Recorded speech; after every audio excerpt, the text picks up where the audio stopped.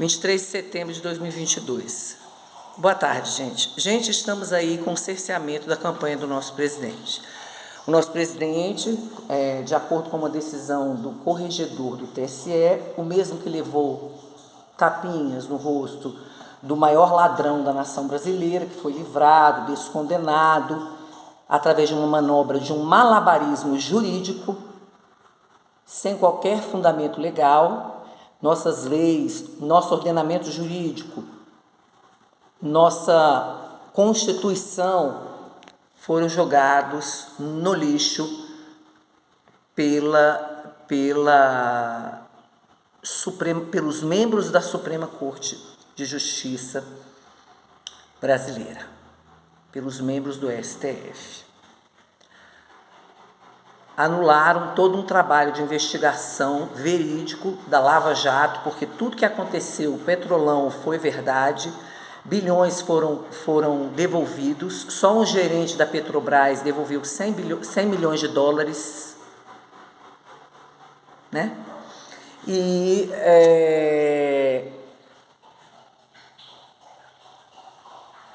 foi tudo real, foi tudo verdade. A esquerda ela tem uma técnica de dizer que a verdade é mentira e que a mentira é verdade. Então, a gente sabe que isso aí faz parte da técnica comunista. Então, esse corregedor aí, o mesmo que levou os tapinhas, que disse que eu vou ligar, né? Falou para o Cabra que ia ligar. Em seguida, ele proibiu o nosso presidente de usar as imagens dele na embaixada, né, da Inglaterra, onde ele falou para os brasileiros que moram na Inglaterra, né, fez um discurso para os brasileiros, um pequeno discurso, e aí estavam dizendo que ele usou o funeral da rainha. Aquilo ali era um ato completamente desvinculado. Ele estava na embaixada brasileira, em território nacional, e, portanto, não existia qualquer problema do nosso presidente dirigir algumas palavras para os brasileiros. Mas aí vem a narrativa. Então, esse corregedor aí agora está perseguindo o nosso presidente. Depois que tomou os tapinhas no rosto do Cabra, começou a perseguição. Aí diz que o nosso presidente também não pode usar as imagens do 7 de setembro. Não pode, no site dele, não pode divulgar ele no caminhão, fazendo discurso na esplanada dos ministérios e nem em Copacabana. Se apropriou do 7 de setembro. Conversa fiada. E outra coisa, o povo brasileiro foi às ruas de livre e espontânea vontade. O povo brasileiro foi comemorar a sua independência, 200 anos de independência do Brasil, porque o nosso país vai continuar livre, em nome de Jesus, e foi manifestar o apoio ao nosso presidente, independentemente dele chamar. Ele não precisa chamar, o povo vai às ruas de livre e espontânea vontade. Por quê? Porque o povo reconhece o bem que esse governo está fazendo para a nação brasileira. Nosso presidente, nossas autoridades que integram esse governo amam o seu país e estão trabalhando para o bem da nação brasileira. E isso está enlouquecendo a esquerda e todos esses políticos de esquerda, esses políticos disfarçados. Então, o corregedor aí está perseguindo nosso presidente. Olha, é por isso que eu falei, gente, isso é uma esculhambação. O atual presidente do TSE levou tapinhas no rosto e o corregedor do TSE também levou tapinhas no rosto. Como o Hitler fazia. O Hitler fazia isso com seus capachos, né? Com o pessoal da SS, os soldados alemães, com o seu grupo de extermínio. Fazia. E nós estamos vendo na Nicarágua, a situação da Nicarágua está cada vez pior. Baniu a CNN de lá, né? Baniu a CNN e agora a CNN está divulgando as atrocidades que estão sendo praticadas contra a população da Nicarágua. A CNN da Espanha. Eu quero ver qual vai ser o posicionamento da CNN daqui, porque a gente sabe que a CNN é esquerdista, é mídia esquerdista, é imprensa esquerdista. assim como as emissoras, né? A emissorona da Bolinha Redonda, a outra lá que foi comprada pelo PCC. Esse pessoal está trabalhando para a volta do maior ladrão da nação brasileira à presidência, ao cargo de presidente da República, né? Isso é uma anomia, uma ilegalidade, um absurdo. Eu não aceito isso. E é uma ilegalidade esse camarada concorrer nas eleições. Isso é um crime, um crime. Agora, até quando o Brasil vai suportar os membros do STF cometendo ilegalidades no Brasil, rasgando a nossa Constituição, rasgando as nossas leis ordinárias, rasgando todo o nosso ordenamento jurídico, um ativismo político partidário para o PT, para colocar esse cabra aí no poder novamente e implantar a pátria grande na América do Sul, no México e na América Central. Vai unir todo mundo e vai formar a bandalheira, como diz o pessoal do Pará que usa essa palavra, né? Isso é uma bandalheira. Então, eu vou dizer uma coisa para vocês. Nós estamos com uma situação extremamente complicada. Eu particularmente, não aceito esse cabra aí concorrer ao cargo de presidente da República. A soltura dele foi um golpe. Um golpe que a esquerda deu na nação brasileira, nos brasileiros, e está empurrando goela abaixo via Supremo Tribunal Federal, via ameaça à liberdade de expressão, à liberdade física, porque quem falar que isso aí é um crime, eles prendem. Quem falar, ele não pode falar que o PT está ligado ao PCC, não pode falar, né? Não pode. O pessoal não permite, né? Não sei se foi um rapaz ou uma moça, foi preso porque disse que o ladrão é ladrão. A Polícia Federal prendeu. Isso é verdade, é ladrão, Quem rouba a nação, quem é corrupto, quem faz lavagem de dinheiro é ladrão. Está provado. Foi anulado todo o julgamento via manobra, malabarismo jurídico? Foi, mas ele não é inocente.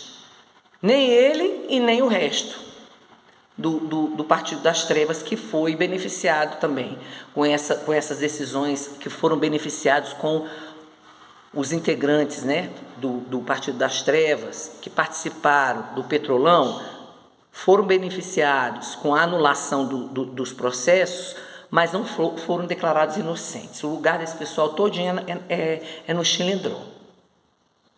Então, gente, a situação do Brasil está triste, está complicada. Você sabe que o PCC, o Partido Comunista Chinês, está na Nicarágua, né?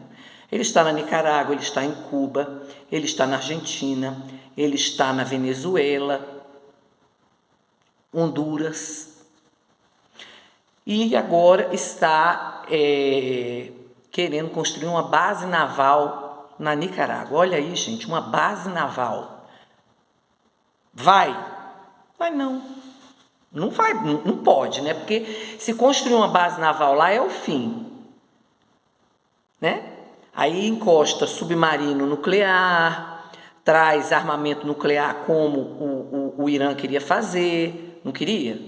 Pois é, não queria entregar lá na Venezuela armamento nuclear? É por isso que o Brasil, gente, está passando da hora de ter armamento nuclear, de ter bomba atômica. Nós precisamos ter a força de dissuasão, porque o Brasil está sendo cobiçado e vai ser mais cobiçado ainda, porque o mundo está entrando numa crise sem precedentes. A Europa está na crise de energia. Faltou energia, vai faltar, vai fazer o efeito cascata, né?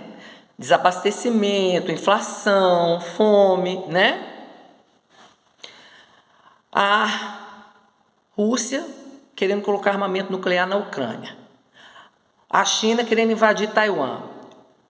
E quem tocou fogo nisso aí tudo? O atual presidente lá dos Estados Unidos, que para mim ele se faz de aluado, se faz de songo-mongo e o negócio está só acontecendo.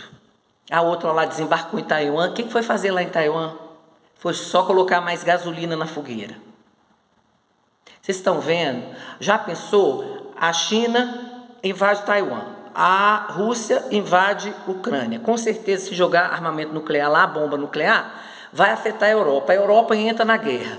Aí, Venezuela e Irã invadem aqui o Brasil. Olha, não é uma guerra, não é a Terceira Guerra Mundial, não? E o Donald Trump disse, alertou o mundo sobre a possibilidade da Terceira Guerra Mundial. Para mim, está às portas, mas isso não me causa surpresa, porque nós que cremos na Bíblia, nós sabemos que nós já estamos no princípio das dores. Mateus capítulo 24.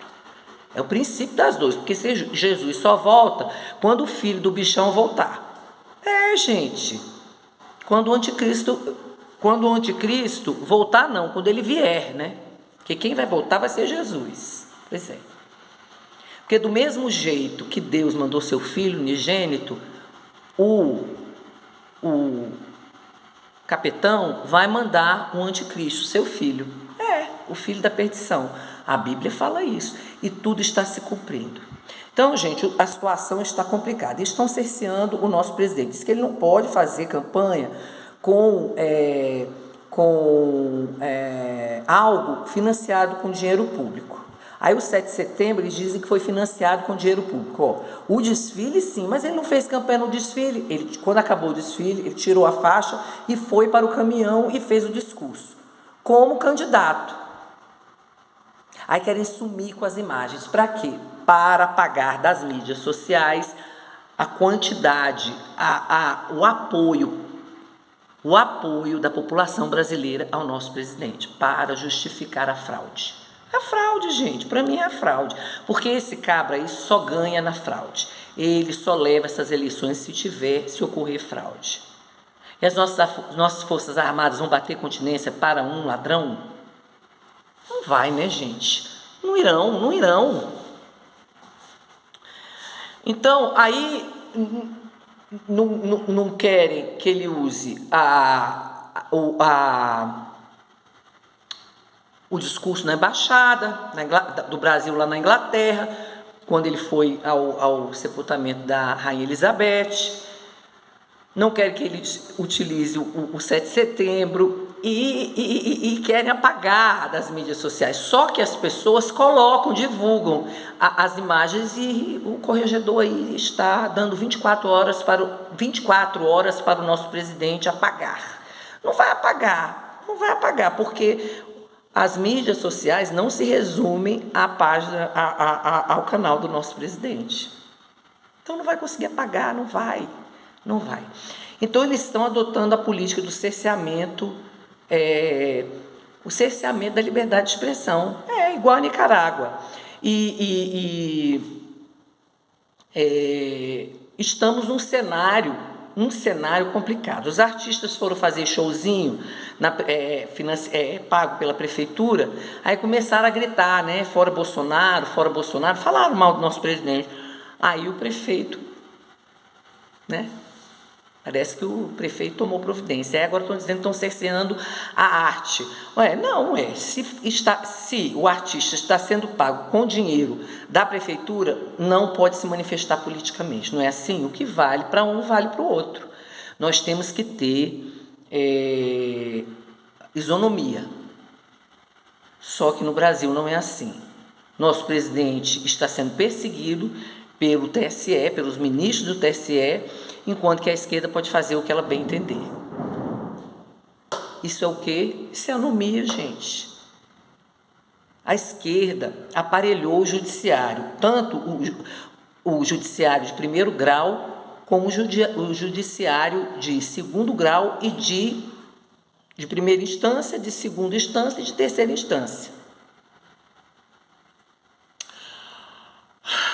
Eu tinha algo para falar com vocês que era muito importante. Era a respeito disso aí, a base naval, né, do Partido Comunista Chinês na Nicarágua.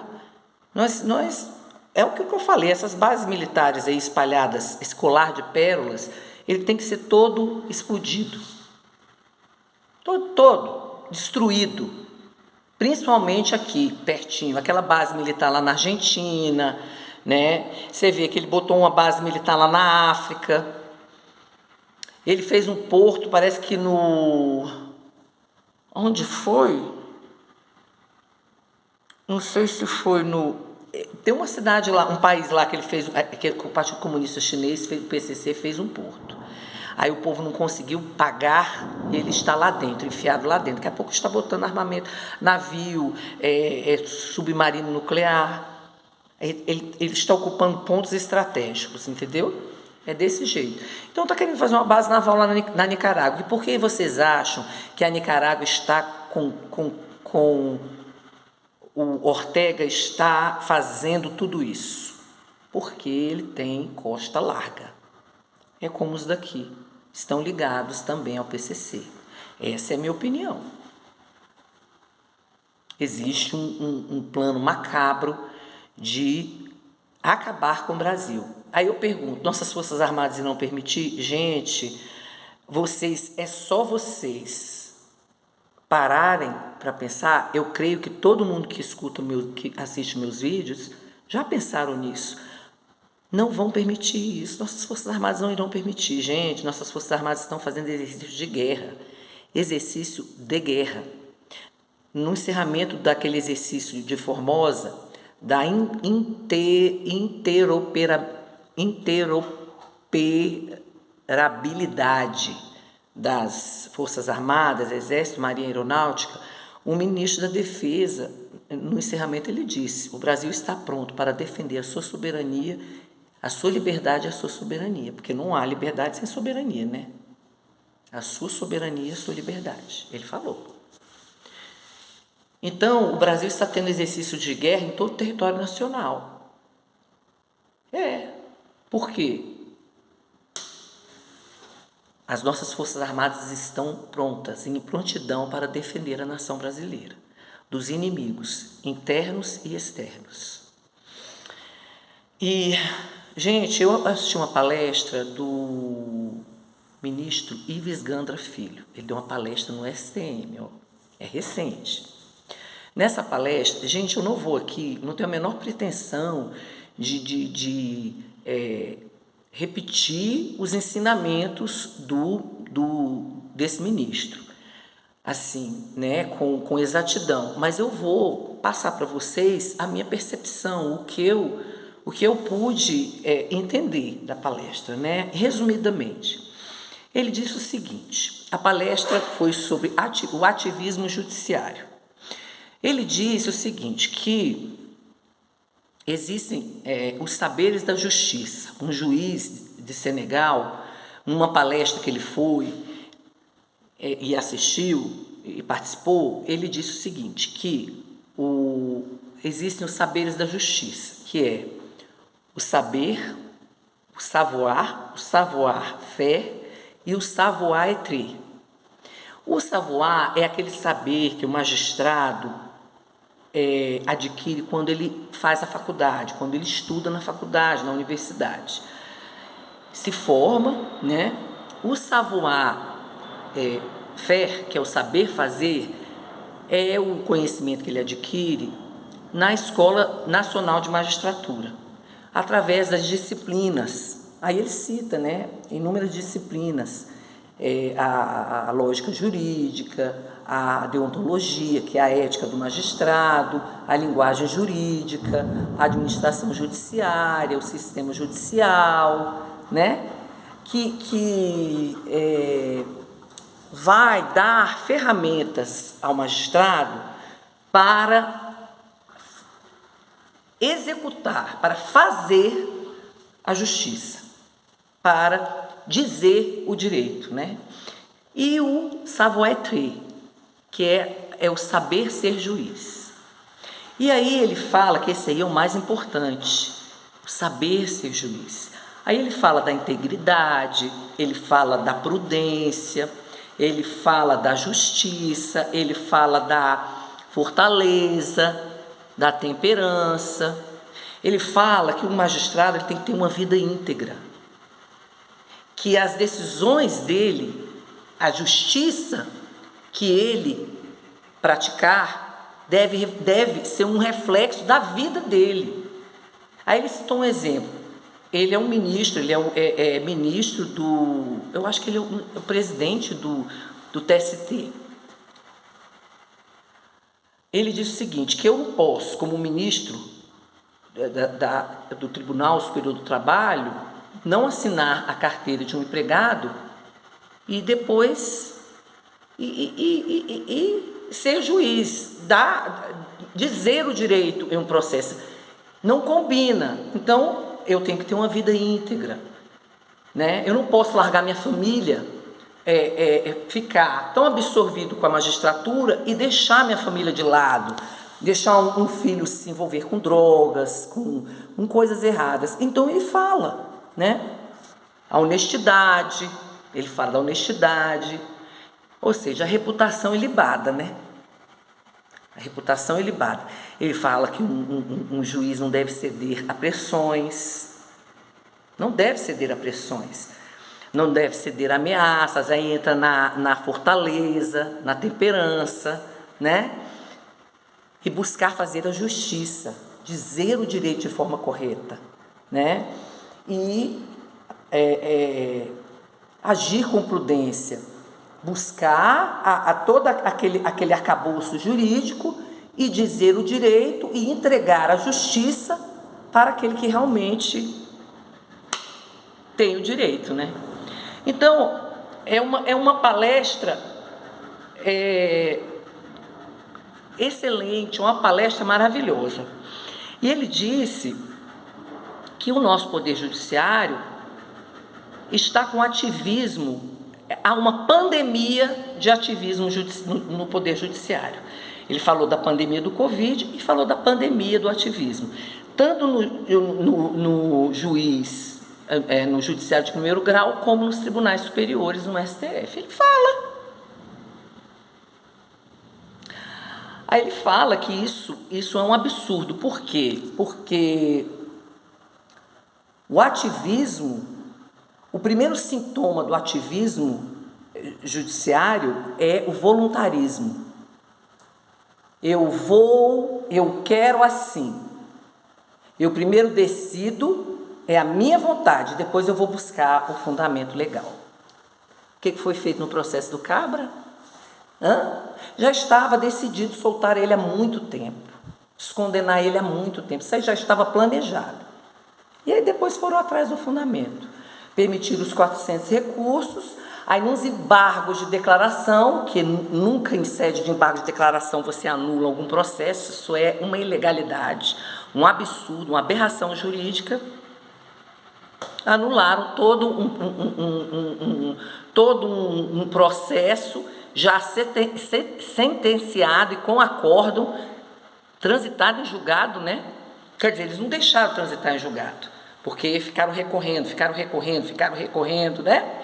Aí anularam tudo com base na lei do CEP, a lei da incompetência. Disseram que a justiça do Paraná não era, do estado do Paraná não era competente. A gente sabe disso, eu não vou repetir. Então, é o voluntarismo. Eu quero assim e eu decido assim e depois eu busco um fundamento jurídico. Ele fala, é o voluntarismo. Nós estamos, então, esse ativismo judiciário, nós estamos vendo também nos espalhado por aí na justiça de primeiro grau. Não disseram que o nosso presidente não podia usar o outdoor lá, Deus, pátria, família e liberdade? Olha aí. Não foi uma juíza? Olha aí. A juíza lá não queria proibir o verde e amarelo, a bandeira brasileira? Isso é o quê? Isso é ativismo judiciário. Aí ele diz o seguinte, que para o ativismo existem remédios. Quanto ao ativismo de primeiro grau, o recurso. E o ativismo dos tribunais superiores, o recurso ainda para o STF e para o STJ, né? Mas aí, se nós temos um ativismo judiciário dentro do STJ e do STF, o que fazer? Eis a questão. Aí que o negócio complica. Aí ele fala do decreto legislativo e do artigo 142 da Constituição Federal.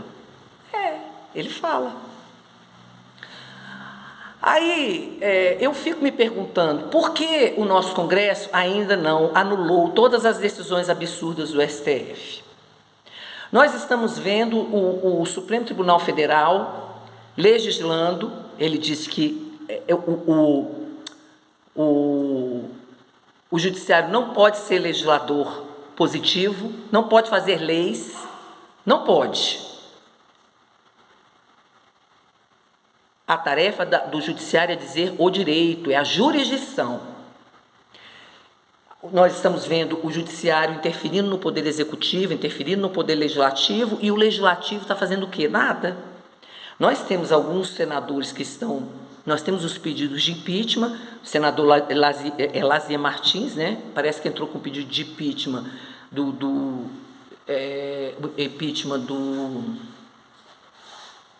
um novo pedido de impeachment por conta da perseguição aos empresários.